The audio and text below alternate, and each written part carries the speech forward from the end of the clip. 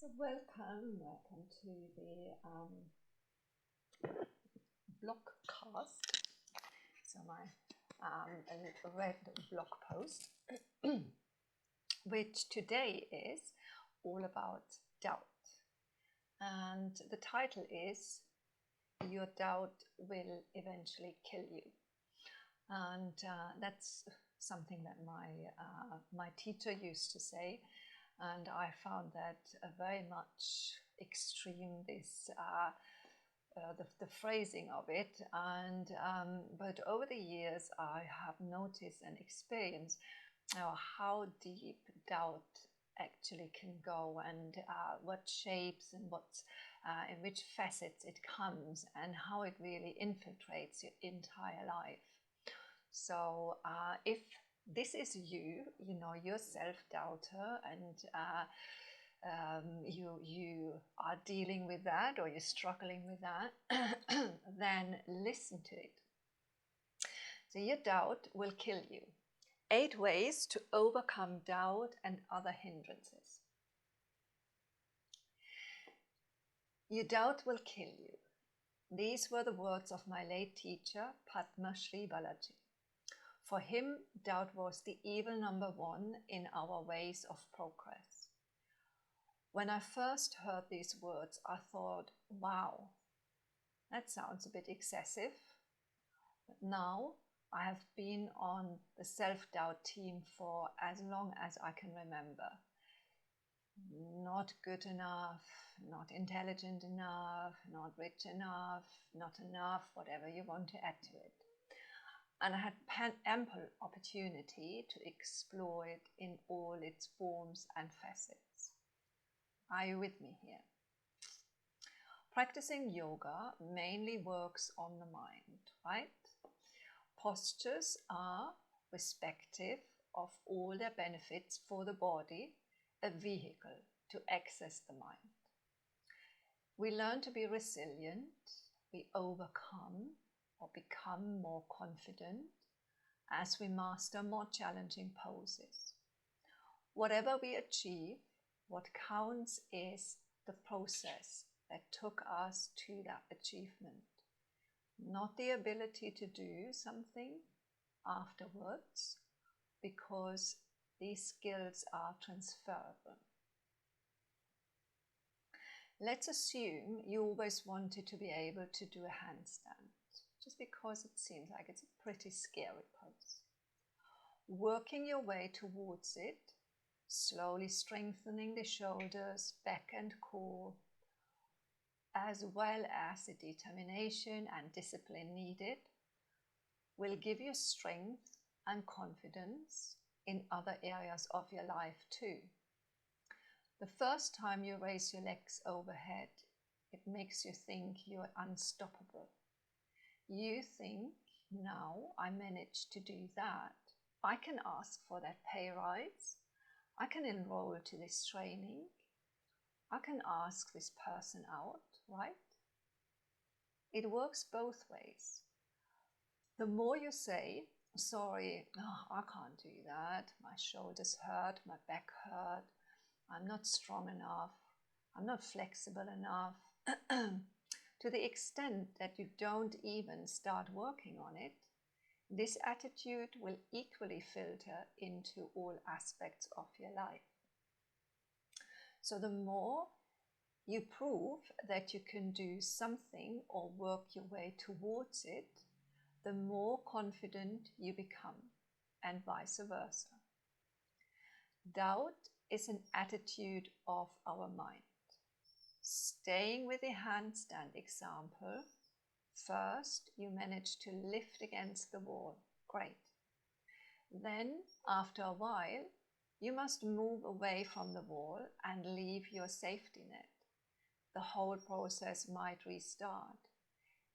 You start doubting again until you do it.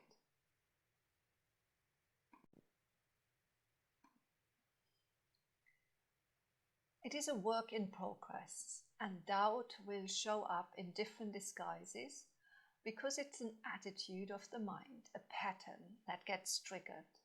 And when we need and we need to be forever vigilant. Patanjali's Yoga Sutras see doubt as one of the hindrances, the vikshepas.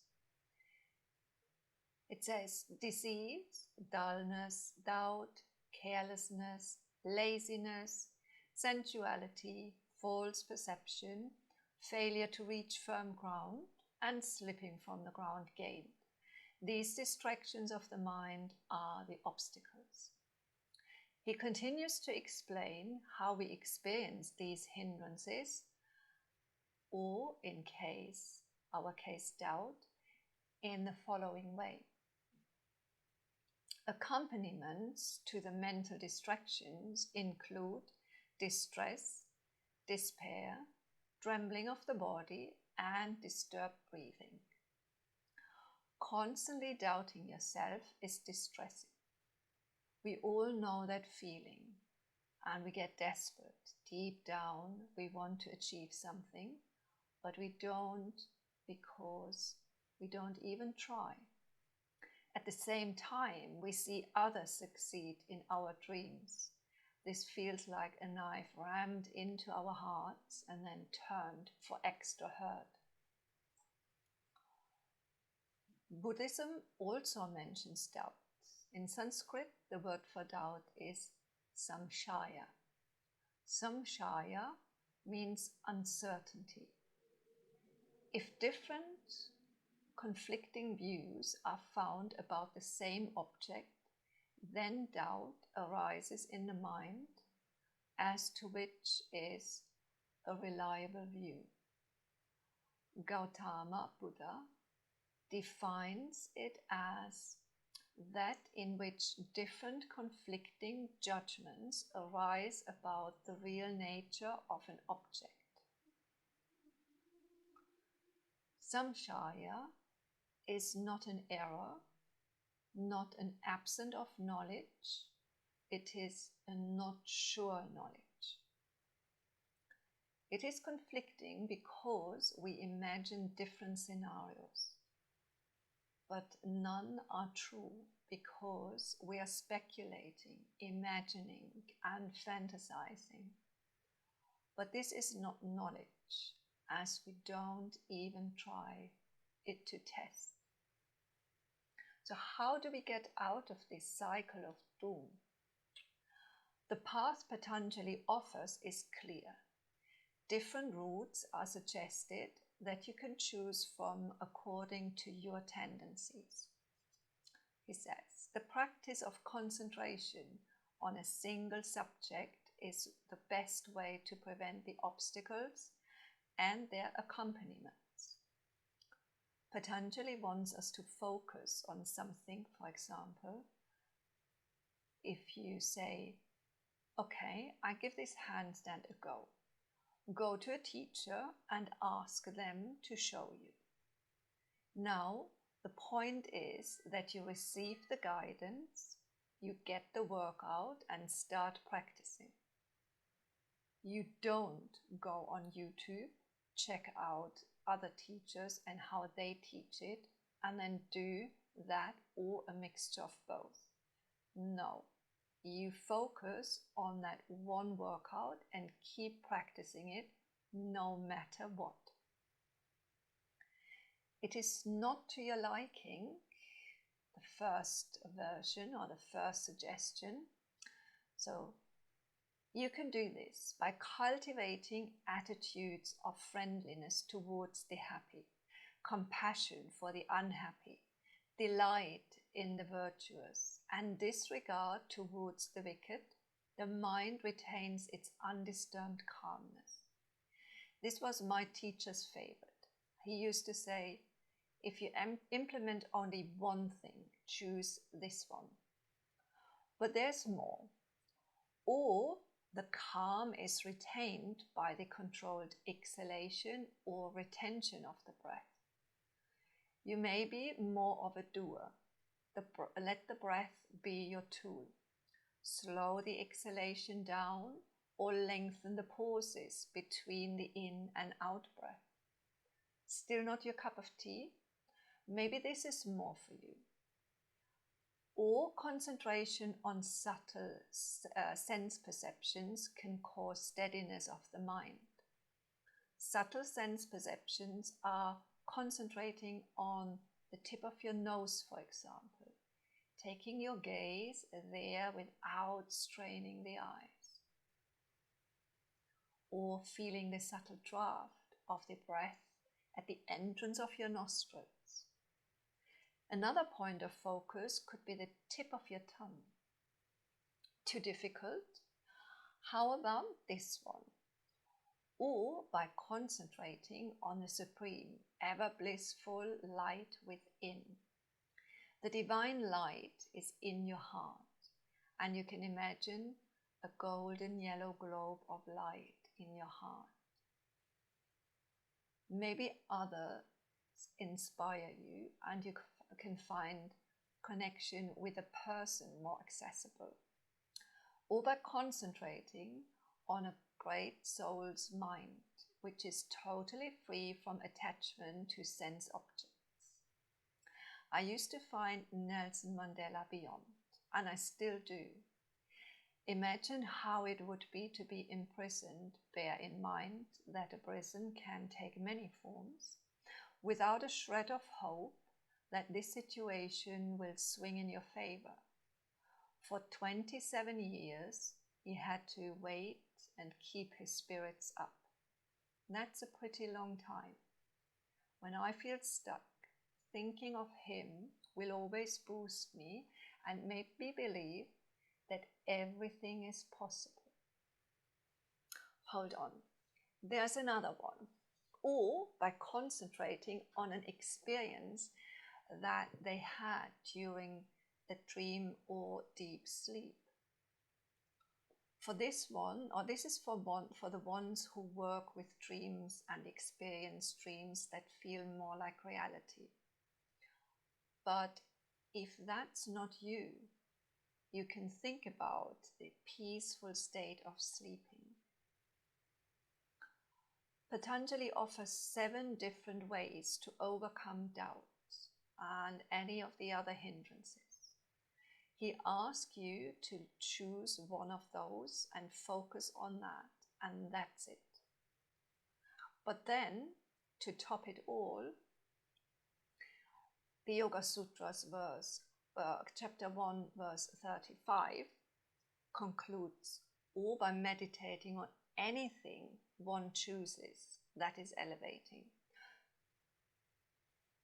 So, if none of the above are for you, take something that lifts you up and focus on that. Patanjali leaves us with no excuse. That's very clever. We even get the promise that gradually, this is important, gradually, one's mastery in concentration extends from the primal atom to the greatest magnitude. This means that everything we set our mind to is possible. We just need to stick with it.